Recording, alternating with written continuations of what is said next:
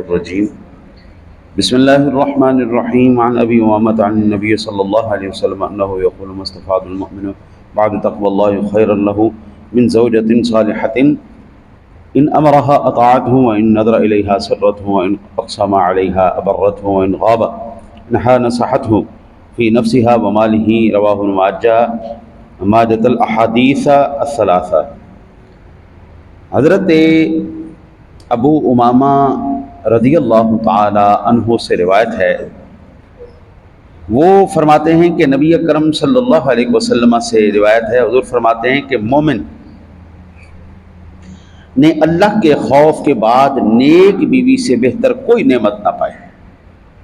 مومن نے اللہ کے خوف کے بعد نیک بیوی سے بہتر کوئی بھی نعمت نہ پائی کہ اگر اس بیوی کو حکم دے تو وہ اس کی فرما برداری کرے، اور اگر وہ اسے دیکھے تو پسند آ جائے، اور اگر اس پر وہ قسم کھا لے تو اس کی قسم کو پوری کرے، اور اگر اس سے غائب ہو تو وہ اپنی ذات اور خامن کے مال میں خیر خواہی کرے۔ یہ تینوں احادیث ہیں جو پچھلی دو میں نے عرض کی تھی، وہ بھی اور یہ بھی نبی اکرم صلی اللہ علیہ وسلم کی یہ احادیث امام ابن ماجہ نے اپنی کتاب میں نقل کی۔ اس حدیث پاک میں سب سے پہلی چیز کیا بیان کی گئی کہ مومن کو سب سے بڑی جو نعمت ملی ہے وہ ہے خوف خدا کی۔ مسلمان اس وقت اس کائنات میں روئے زمین پر اللہ کی قسم سب سے زیادہ بہتر ہے، سب سے زیادہ بہتر اللہ سے ڈرتا ہے، جھوٹ نہیں بولتا، بے ایمانی نہیں کرتا، فراڈ نہیں کرتا، دھوکہ نہیں دیتا، ملاوٹ نہیں کرتا، کسی کا حق نہیں مارتا، کسی پر ظلم نہیں کرتا۔ یہ بندہ مومن کی نشانی ہے۔ باقی جو کرتے ہیں وہ مومن نہیں ہے، مومن نہیں ہے۔ مومن کی نشانی کیا ہے؟ اللہ سے ڈرتا ہے۔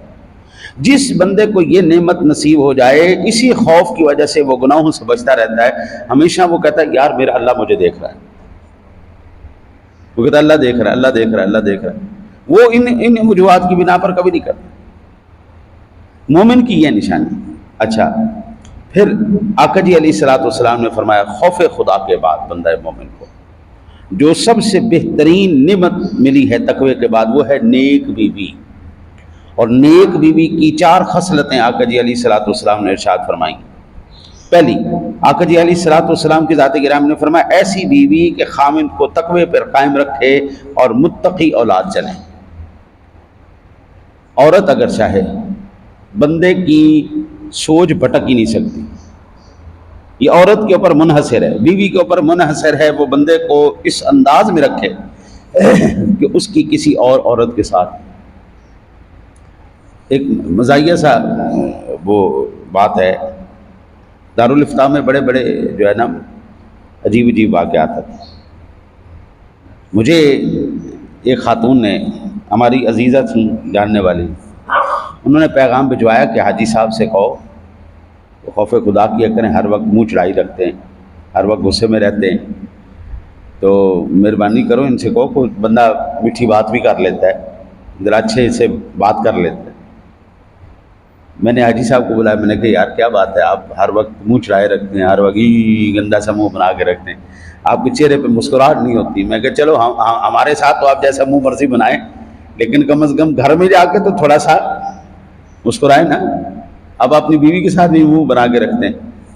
وہ بیچارہ جیسے نا غمزدہ آدمی ہو اور اس کی دکھتی رگ چھڑ جائے، وہ اتنا افسردہ ہو گیا، اتنا افسردہ ہو گیا نا جی۔ میں نے کہا حاجی صاحب خیر ہے؟ کہنے لگا یار استاد جی بات یہ ہے، جب بھی ہم اپنی بیوی سے میٹھا ہونے کی بات کرتے ہیں نا، وہ فوراً سوٹ کی ڈیمانڈ کر دیتی، وہ فوراً سوٹ کی ڈیمانڈ کر دیتی۔ میں بڑا سا آدمی ہوں، میں ادھر روزانہ ایک سوٹ لا کے دے دوں اس کو۔ اب ایسا بھی نہ ہو کہ بندہ بیچارہ نا جی آوازار ہی آ جائے کہ یار ان نال ذرا جی مٹھی گل کی تے سوٹ دی ڈیمانڈ آ جائے۔ بھئی بیوی کے اوپر منحصر ہے، وہ بندے کو متقی بنائے، پرہیزگار بنائے۔ بنیادی ضروریات جب پوری ہو جائے نا تو پھر باقی ساری خواہشات ہیں، بنیادی ضروریات جب پوری ہو جائیں باقی ساری خواہشات ہیں، اور ہزاروں خواہشیں ایسی کہ ہر خواہش پہ دم نکلے۔ ہزاروں خواہشیں ایسی کہ ہر خواہش پہ دم نکلے، بڑے نکلے میرے ارماں مگر پھر بھی کم نکلے۔ بھائی جب بنیادی ضروریات کھانا مل جائے نا، جسم ڈھکا ہوا ہے، چھت ملی ہوئی ہے نا، اتنا کافی۔ باقی ہر ایک بندے کی پرواز اپنی ہے۔ ہم ایلیٹ کلاس لوگوں کے ساتھ نہیں مل سکتے، ہم مڈل کلاس لوگ ہیں، ہم ایلیٹ کلاسوں کے ساتھ نہیں مل سکتے۔ ان کے ایک وقت کا کھانا ہمارے پورے سال کی تنخواہ کے برابر ہے۔ ہماری 1 لاکھ 1.5 لاکھ ہماری سالانہ تنخواہ ہوتی ہے، 1.5 لاکھ روپے وہ ایک کھانے میں اڑا کے رکھ دیتے ہیں۔ ہماری میں گئے، مجھے ایک ساتھی لے کے گئے، 1600 روپے کی صرف چائے کی پیالی، 1600 روپے کی چائے کی پیالی۔ میں کہا 1600 روپے میں ہم پورا ہفتہ کھانا کھا لیں، اور آپ کی ایک چائے اور اتنی بکواس اور اتنی گھٹیا چائے۔ بندہ ہے نا وہ الگ سا عجیب سا انہوں نے پانی سا بنا کے انہوں نے کہا جی یہ بڑی شاندار سی چائے، واہ جی واہ۔ پھر اس کے اندر ٹیکس ٹوکس ڈال کے وہ 2500 روپے کی جا کے جناب چائے کی ایک پیالی پڑ رہی، 2500 روپے ہم پیٹ بھر کے کھانا کھا سکتے ہیں۔ خواہشات یا مقابلے ہم نہیں کر سکتے۔ ایلیٹ کلاس کی ایلیٹ کلاس، ہماری بنیادی ضرورت پورا ہو جائے، سبحان اللہ۔ ایک بات تو یہ ہوگی، متقی اولاد جنے گی جب تک ماں اپنے شوہر کے بارے میں اولاد کے دل میں اچھے خیال اور نیک سوچ نہیں ڈالے گی نا، اولاد کبھی باپ کی عزت نہیں کرے گی۔ عورت اپنی سائڈ پہ کرنے کے لیے وہ اپنے خامد کی برائی کرتی ہے، لیکن اس کو یہ نہیں پتا کہ وہ کل کو خود ذلیل ہوگی، اسی اولاد کے ہاتھ ذلیل ہوگی۔ آپ کسی کی عزت بنائیں گے، یہ ممکن نہیں اللہ آپ کی عزت نہ بنائے۔ آپ کسی کی عزت کریں، اللہ آپ کو عزت دیتا ہے۔ آپ کسی کو ذلیل کریں گے، آپ کیا سمجھتے ہیں؟ میں جب ایسے کرتا ہوں تو یہ 3 نہیں 4 انگلیاں میری طرف کر رہی، میں ایک انگلی کسی کی طرف کر رہا ہوں۔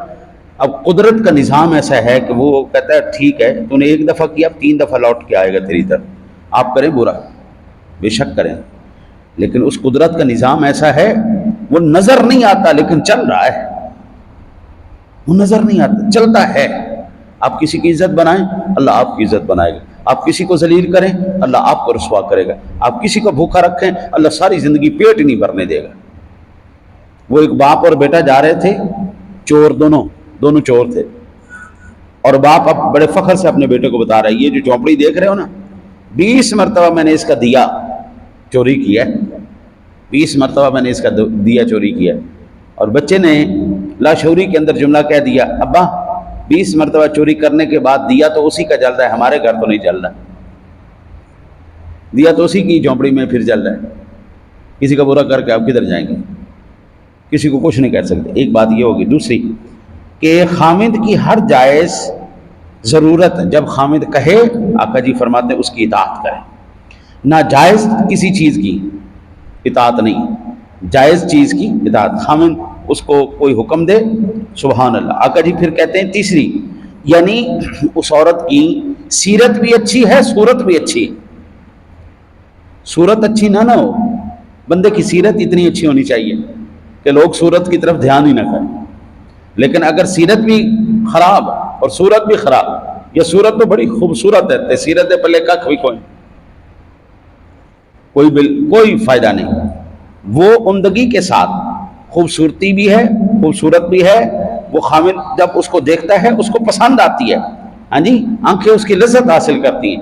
میں نے کل بھی یہ عرض کیا تھا کہ ہماری گھر میں جب بیٹھی ہوتی ہے نا جی، تو خامد کے لیے کوئی نہیں وہ تصنع بناوٹ کرتی، کوئی شنگار۔ اچھا ایک سادہ سی بات ہے، میں اگر بدفعلی کسی عورت کے ساتھ کروں، مجھے ثواب ملے گا یا گناہ ملے گا؟ گناہ ملے گا نا۔ تو اگر یہی چیز میں اپنی عورت کے ساتھ کروں، ثواب ملے گا۔ اگر میری عورت سج سور کے باہر جائے، ثواب ملے گا یا گناہ ملے گا؟ اور اگر وہی عورت میرے لیے سج سور جائے تو وہ سجنا بھی اس کے لیے ثواب ہو گیا، وہ سجنا بھی، وہ تصنع کرنا بھی، وہ بناوٹ کرنا بھی، وہ خوشبو لگانا بھی، لیکن اگر میرے لیے تو پھر اس کو ثواب۔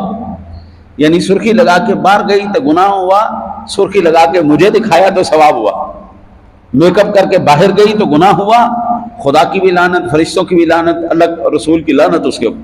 اور اگر میرے لیے سجی سوری تو سب کی اللہ بھی راضی، اس کا رسول بھی راضی، بندہ بھی راضی.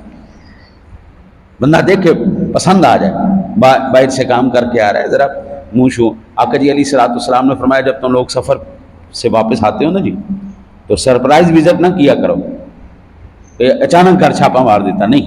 پہلے اطلاع بھجواؤ کہ میں شام تک پہنچ جاؤں گا، تاکہ وہ عورت، آقا جی یہ پیچھے میں نے حدیث بیان کی، تاکہ وہ عورت نہا لے، دھو لے، بال سنوار لے، اپنا ساری صفائی کر لے. کرنے کے بعد جب بندہ آئے تو تیار سونی سوری ہوئی جناب اس کے سامنے آئے تو بندہ خوش ہو جائے، اچانک نہیں. اب وہ خواتین جو اپنے خامد کے لیے فرما بردار ہیں، اس کو دیکھے، خامد دیکھے تو وہ اس کو پسند آ جائے، وہ حکم دے تو وہ اس کی اطاعت کرے. اور تیسری آقا جی علیہ السلام نے فرمایا کہ جب وہ کوئی قسم کھا لے تو اس کی قسم کو پوری کرے. مثلا کوئی بندہ کہتا ہے میں اللہ کی قسم کھاتا ہوں میری بیگم آج کے بعد میکے نہیں جائے گی، تو اپنے ماں باپ کے گھر نہیں جائے گی.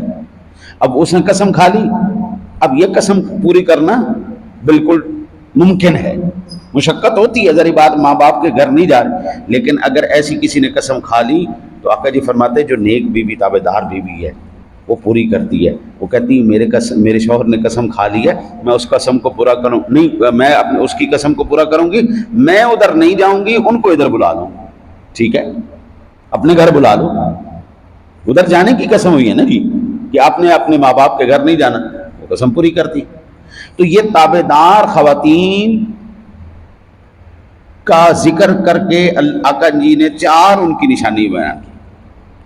پہلی، آقا جی علیہ نبینا علیہ الصلوۃ والسلام کی ذات گرامی نے ارشاد فرمایا کہ سب سے پہلی اس خاتون کے اندر کیا صفت ہوگی کہ جب اس کو حکم دیا جائے گا وہ فرما برداری کرے گی. جب خامد اس کو دیکھے گا وہ اس کو پسند آئے گی. جب وہ اس پر قسم کھا لے تو اس کی قسم کو پورا کرے گی وہ خاتون. اور چوتھی آقا جی نے فرمایا جب خامد غائب ہو تو ذات اور خامد کے مال کی خیر خواہی کرے. سبحان اللہ. اپنی بھی حفاظت کرنی ہے، اپنے مال کی بھی حفاظت کرنی ہے، خامد کی دولت کی بھی حفاظت کرنی ہے، اس کی عزت و آبرو کی بھی حفاظت کرنی. گھر کبھی نہیں اجڑتے اس وقت تک جب تک میاں بیوی کے درمیان کلیش نہ ہو جائے. جس دن میاں بیوی کے درمیان کلیش ہوئے بس وہ دن آپ یاد رکھیں، اس دن کے بعد اس گھر میں کبھی سکون، آسانی اور چین نہیں آئے گا. بندہ ڈپریشن کا مریض ہو جائے گا، عورت سے بھی مریضہ ہو جائے گی. آپ چاہتے ہیں آپ کے گھر میں برکت رہے تو میاں بیوی کے درمیان پیار پیدا کرو. میاں بیوی کے درمیان پیار ہوگا تو اللہ تعالیٰ دونوں کے رزق میں برکت دے دے گا. رزق اللہ اولاد کے مقدر میں لکھتا ہے، اولاد اللہ بندے کے مقدر میں لکھتا ہے. اولاد بھی تابع دار رہے گی، رزق بھی جاری رہے گا. جس دن عورت اپنے خامد کی عزت کرنا چھوڑ دے گی اس دن کے بعد ان کے گھر سے رحمتیں لوٹ جائیں. رحمتوں کا ادھر چہرہ نہیں ہونے والا. اگر رحمتوں کا چہرہ چاہیے تو بابو اس کی سب سے آسان ترین بات، عورت خامد کی عزت کرے، اس کی تابع داری کرے، بندہ اس کے ساتھ وفا کرے. وہی اولاد جو سارا دن پڑی رہے گندی شکل، گندی صورت، باہر جانا ہے کپڑے بھی اچھے، صورت بھی اچھی، ایسی خاتون کو نہ اللہ پسند کرتا ہے، نہ اس کے رسول پسند کرتے، نہ خامد پسند کرتے. خامد کی تابع داریوں کے اندر آقا جی علیہ الصلوۃ والسلام نے کہا کہ اگر کوئی اور خدا ہونا ممکن ہوتا تو میں عورت کو حکم دیتا وہ اپنے خامد کو سجدہ کرے. اس لیے اس کو کہتے ہیں مجازی خدا. دعا کرو اللہ تعالیٰ اپنے حبیب کریم علیہ الصلوۃ والتسلیم کے صدقے آپ کو مجھے عمل کی توفیق عطا فرمائے.